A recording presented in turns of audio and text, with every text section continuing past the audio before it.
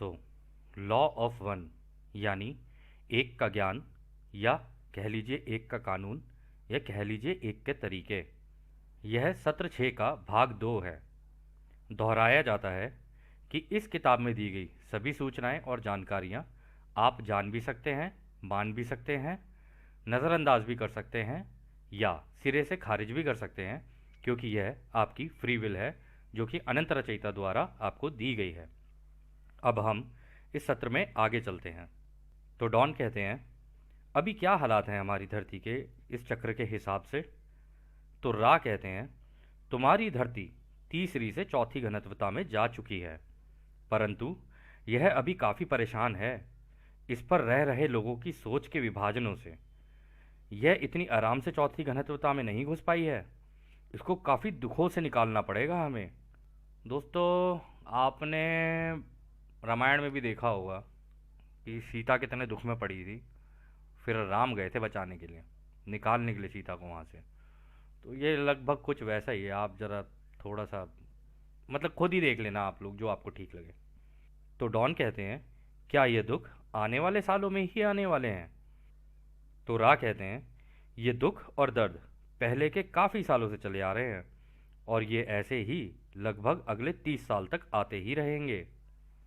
तो अगला सवाल डॉन करते हैं, तो इन लगभग 30 सालों के बाद मेरा अनुमान है कि ये धरती पूरी तरह से चौथी घनत्वता की हो जाएगी।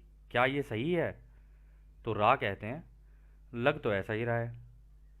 तो डॉन कहते हैं, क्या आप बता सकते हो कि कितने प्रतिशत लोग अब आने वाली चौथी घनत्वता में धरती पर रहेंगे? दोस्तों, ये जो चौथी घनत्वता की बात हो रही है ना, इसी को सतयुग मान के चलो आप। मतलब मान के क्या चलो, इसी को ही अभी आपको पता चलेगा सतयुग क्या होता है। तो रा कहते हैं, अभी कटाई नहीं है, इसलिए अनुमान लगाना बेकार है। तो डॉन कहते हैं, क्या ये कहना सही होगा कि जैसे हम तीसरे से चौथी घनत्वता की ओर बढ़ रहे हैं, इसलिए आप ये जानकारियां हमारी धरती की जनसंख्या से साझा कर रहे हैं? तो रा कहते हैं, हमारे भाई, हम तुम्हारे बीच में रहे हैं, हमें याद है, हमें याद है तुम्हारे दुख, तुम्हारे दर्द, तुम्हारी तकलीफ़ें, तुम्हारी निराशा। हमने बहुत कुछ देखा है।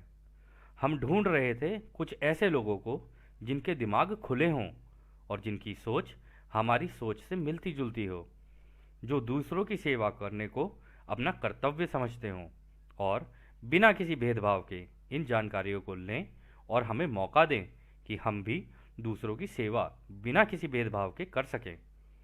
छोटे में कहें तो हाँ, और ये भी कहेंगे कि हम दिल से तुम्हारा हार्दिक धन्यवाद करते हैं। तो दोस्तों, ये सोचो आप एक बार को, छठी घनत्वता में ऐसी ऐसी सिद्धियां प्राप्त करके पावर्स लेके बैठने वाले हमें कह रहे हैं कि हम तुम्हारा धन्यवाद करते हैं कि तुमने कम से कम हमें मौका दिया इस काम को करने के लिए। खैर, धन्यवाद तो दिल से इनके लिए निकलता है हमारे। तो डॉन कहते हैं, ये उड़न तश्तरियाँ जिनको हम यूएफओ बोलते हैं, हमने सुना है कि कुछ शुक्र ग्रह से भी हमारे यहाँ आते रहे हैं। क्या ये आपके थे? तो दोस्तों, यहाँ पे डॉन ये जो सवाल कर रहे हैं ना, तो हमने भी थोड़ी सी रिसर्च की थी। मतलब हमारे सारे जितने भी लॉ ऑफ वन के जितने भी जो विद्यार्थी हैं, विद्यार्थी कह लो, स्कॉलर्स ही हो गए अब तो सारे। तो हम रिसर्च कर रहे थे कि शुक्र ग्रह से कब आ गई यहाँ पे कोई उड़न तश्तरियाँ, ये यूएफओज कब आए, मतलब यहाँ से वीनस से कब आए।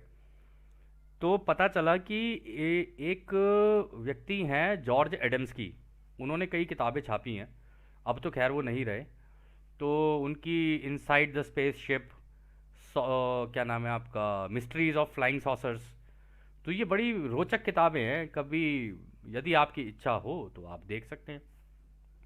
तो उन किताबों में इसका जिक्र था कि वीनस से लोग आए थे उनसे मिलने के लिए, और वो उनसे मिले भी थे। और उसके अंदर दी गई कुछ रोचक बातें हम आपको बता सकते हैं कि जैसे अगर आपको याद हो, रामायण में दिखाया जाता है ना कि भगवान राम के पाँव में जो चप्पलें थी वो खड़ऊ लकड़ी की जो होती थी।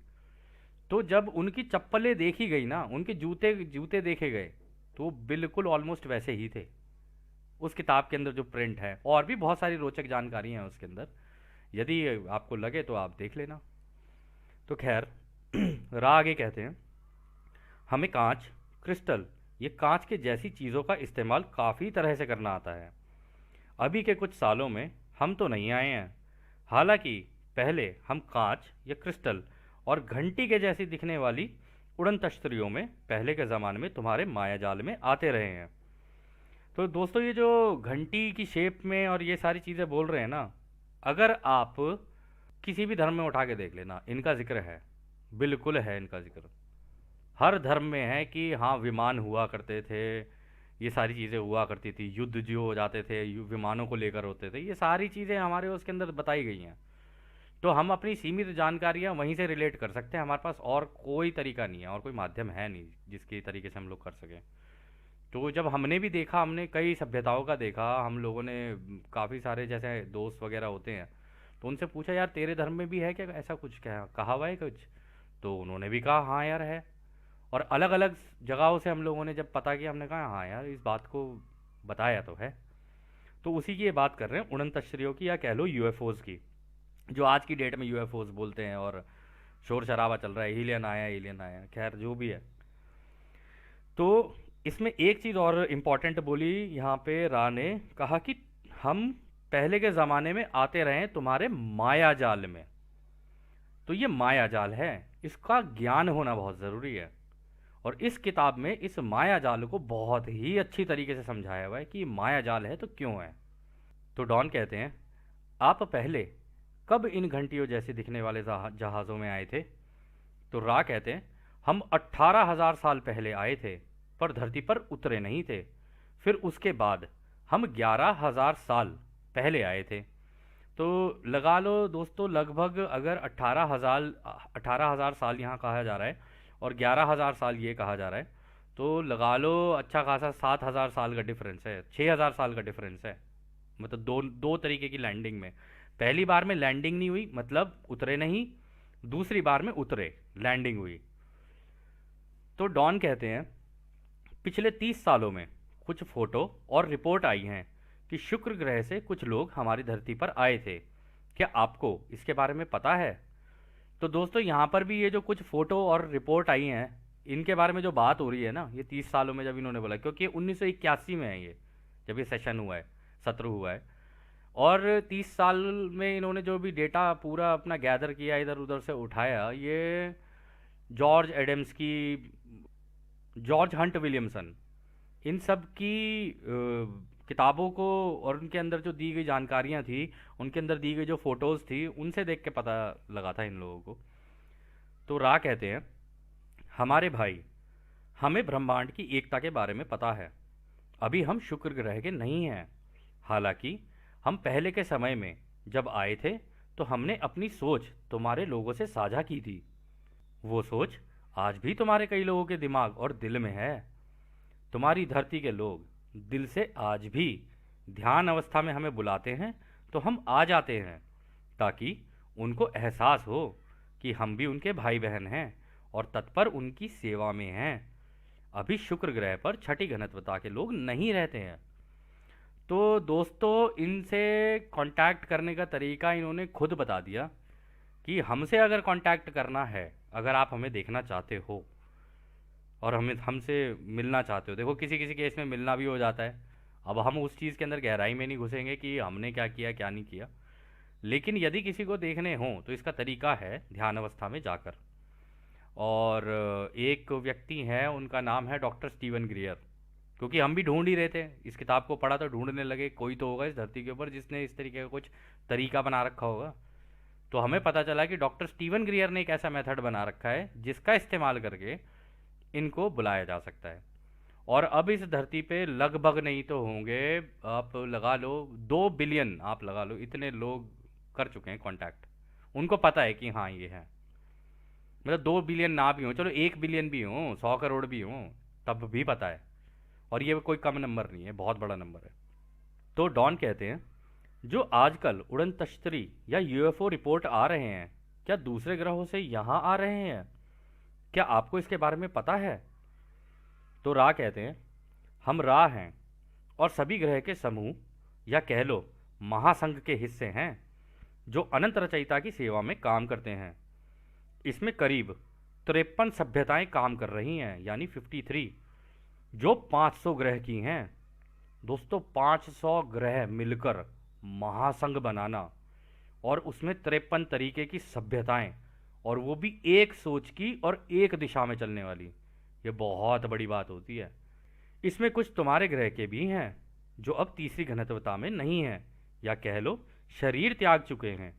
तो दोस्तों ये वो लोग हैं जो इस धरती पे समाधि में जाकर अपना शरीर त्याग देते हैं और जाकर इस महासंघ को ज्वाइन कर लेते हैं। ये उनके बारे में बात हो रही है।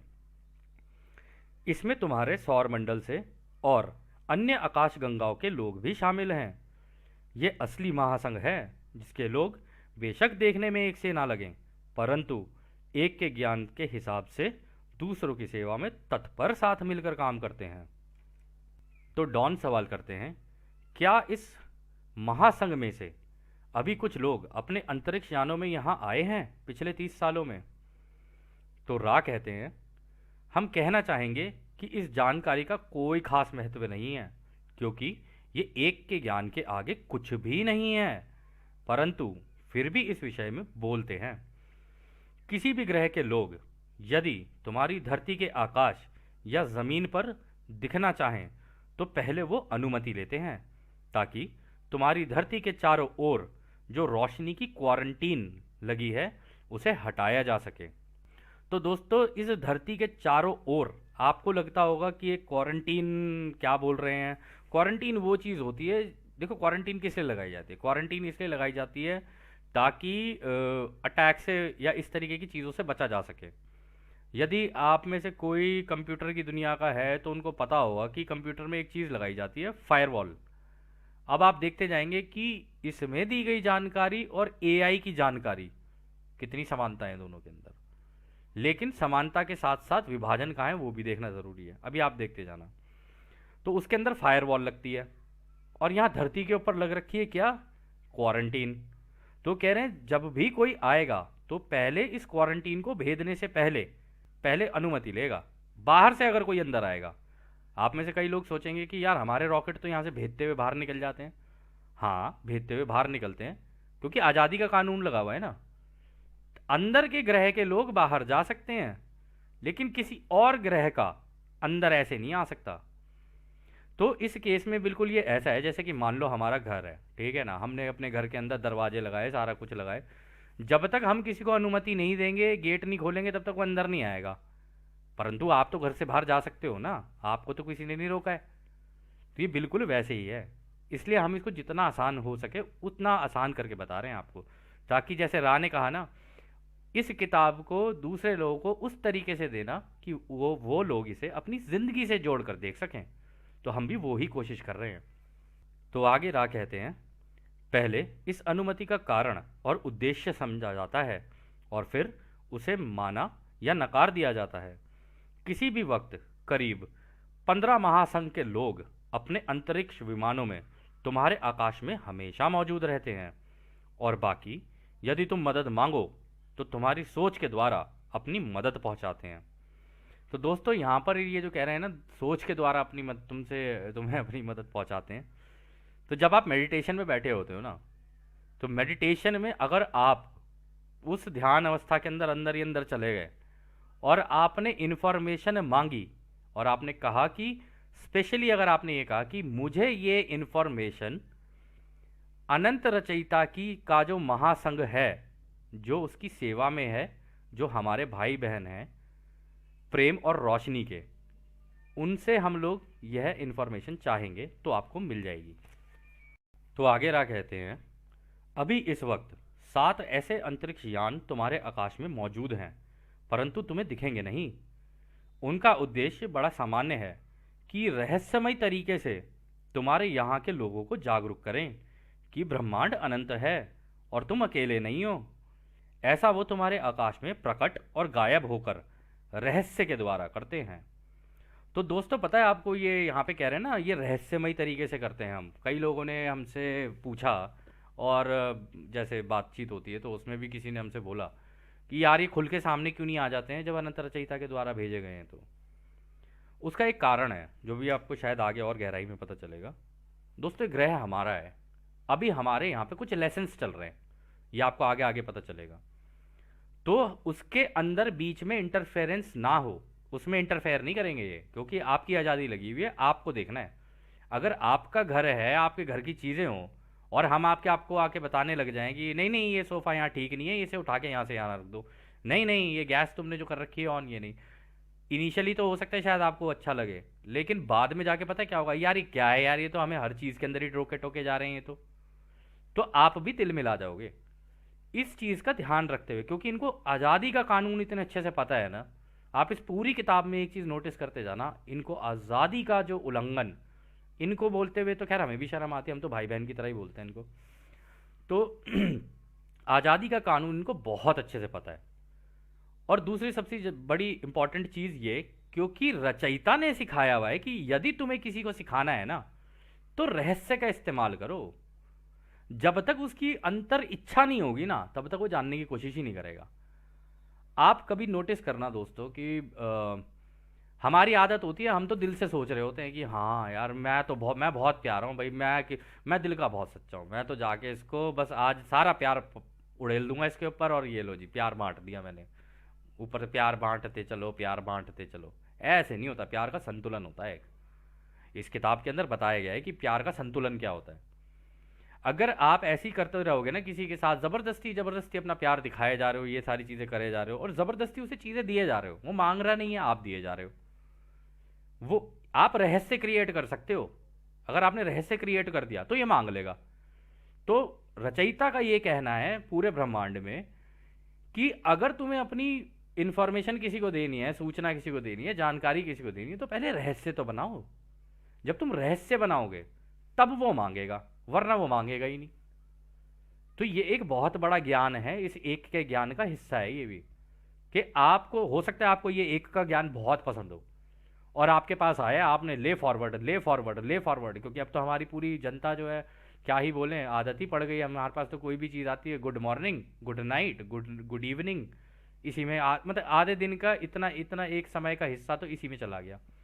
इधर से कुछ मैसेज आया, इधर से उधर कर दिया, उधर से जैसे कि हम लोग वो डिलीवरी बॉय। तो ये चीज़ जो है ना, ये तरीका नहीं होता एक्चुअली में, इसको करने का तरीका ये होता है कि कुछ रहस्यमय तरीके से चीज़ बोली जाए, कुछ इस तरीके से कि बोली जाए भाई ये, मतलब आप बोलो और सामने वाला कहे क्या है ये क्या है ये, तब भी पूरा नहीं देना है, थोड़ा थोड़ा थोड़ा थोड़ा थोड़ा थोड़ा। जैसे माँ बाप होते हैं ना, पीछे हाथ छुपा लेते हैं, और लॉलीपॉप होती है हाथ के अंदर, टॉफ़ी होती है, और बच्चा उसे मज़ा ही तब आता है जब वो ढूंढ के पापा के हाथ से, मम्मी के हाथ से जब लेता है ना, उसे तब मज़ा आता है बच्चे को। अब पूरे ब्रह्मांड में सारे ही रचयिता के बच्चे, तो रचयिता को पता है ये मेरे बच्चे हैं, ये किस तरीके से माँ इनके साथ वो करना है, अटखेलियाँ कर रही हैं। तो आपको अपने आप को, अगर यदि आप में से कई लोग माता पिता भी होंगे, कई लोगों ने माता पिता ना भी हों, आपके छोटे भाई बहन हो, दोस्त हो, कुछ भी हो, चीज़ आपको आपके हाथ में कुछ भी ना हो, बस हाथ पीछे कर लो, उसको ऐसा लगता है कि जैसे हाथ के अंदर कुछ है, तो कहते हैं क्या है हाथ में क्या है हाथ में, तो ये एक खेल सा बन जाता है। और रचयिता का यही तरीका है कि इन्फॉर्मेशन अगर किसी को देनी है ना, तो इसी तरीके से दो, तभी ये मांगेंगे, और जब ये खुद मांगेंगे ना तब ही एक्सेप्ट करेंगे उसको, वरना ज़बरदस्ती देने का कोई फ़ायदा नहीं किसी चीज़ को। तो इसमें उन्होंने बता दिया कि जागरूक करे ब्रह्मांड अनंत है और तुम अकेले नहीं हो, ऐसा वो तुम्हारे आकाश में प्रकट और गायब होकर रहस्य के द्वारा करते हैं। तो रहस्य का यहाँ पे आपको समझ में आ गया कि रहस्य का कितना बड़ा वो है, कितनी बड़ी मतलब इंपॉर्टेंट चीज़ है रहस्य। तो फिर अगला सवाल डॉन करते हैं। हम जानते हैं कि आपकी प्रमुख इच्छा एक का ज्ञान देने की है, हालांकि ये मेरा सोचना है कि हो सकता है कि मैं गलत हूँ, कि इस ज्ञान को ज़्यादा से ज़्यादा दूसरों में बांटा जाए, इसलिए इस तरह के सवाल करना ज़रूरी है। हमारा उद्देश्य इसे ज़्यादा से ज़्यादा लोगों तक पहुँचाना है, परंतु अगर आप चाहें तो हम अपने सवालों को कम कर सकते हैं। तो रा कहते हैं, दोस्त इस बात में थोड़ा विरोधाभास है, तुम्हें जैसा ठीक लगे तुम वैसा कर सकते हो, क्योंकि वो तुम्हारी जगह है और तुम्हारी इच्छा है, और यह आज़ादी अनंत रचयिता की दी हुई है तुम्हें। हम तो केवल अपनी जानकारियां दे सकते हैं, परंतु इसको तोलना कैसे है ये तो तुम्हें देखना पड़ेगा ना हमारे भाई, और जब तुम तोलोगे तो तुम सीखोगे भी। जब हमें लगता है कि किसी जवाब से तुम्हारी आज़ादी का उल्लंघन नहीं हो रहा है, तब ही हम उत्तर देते हैं। और दोस्तों, आप आगे भी इस पूरी किताब के अंदर देखते जाओगे, कई जगहों पर ऐसा होगा कि डॉन सवाल करेंगे और रा सिरे से खारिज कर देंगे, नहीं दे रहे हम इसका जवाब, क्योंकि उनको पता है कि किस चीज़ का जवाब देना है। आगे आगे जैसे आप चलोगे ना, आपको जब ये एक का ज्ञान समझ में आएगा ना, तब आपको भी समझ में आएगा अपनी ज़िंदगी के अंदर कहाँ कहाँ मेरी आज़ादी का उल्लंघन हो रहा है और कहाँ कहाँ हम दूसरों की आज़ादी का उल्लंघन करते चले जा रहे हैं, कि रचयिता के बनाए विज्ञान के अकॉर्डिंगली नहीं चल रहे हैं। अब जब उसके उल्टा चलोगे, विपरीत चलोगे, तो चोटें तो पड़ेंगी पड़ेंगी, खानी पड़ेंगी, क्या करें। वो उसने बोल ही दिया है कि दुख दर्द तो अभी आए नहीं है, दुख दर्द तो अभी आएंगे आने वाले फ्यूचर में। तो रा ने सब कुछ क्लियर कर दिया है यहाँ पे, इनको सब पता है कि इस ग्रह पे क्या चल रहा है। तो खैर, यह सत्र दोस्तों यहीं समाप्त होता है। जैसे कि रा हमेशा कहते हैं, हम आपको उस अनंत रचयिता के प्रेम, रोशनी, शक्ति और शांति में छोड़कर चलते हैं। आदने हमारे भाइयों, आदने। धन्यवाद।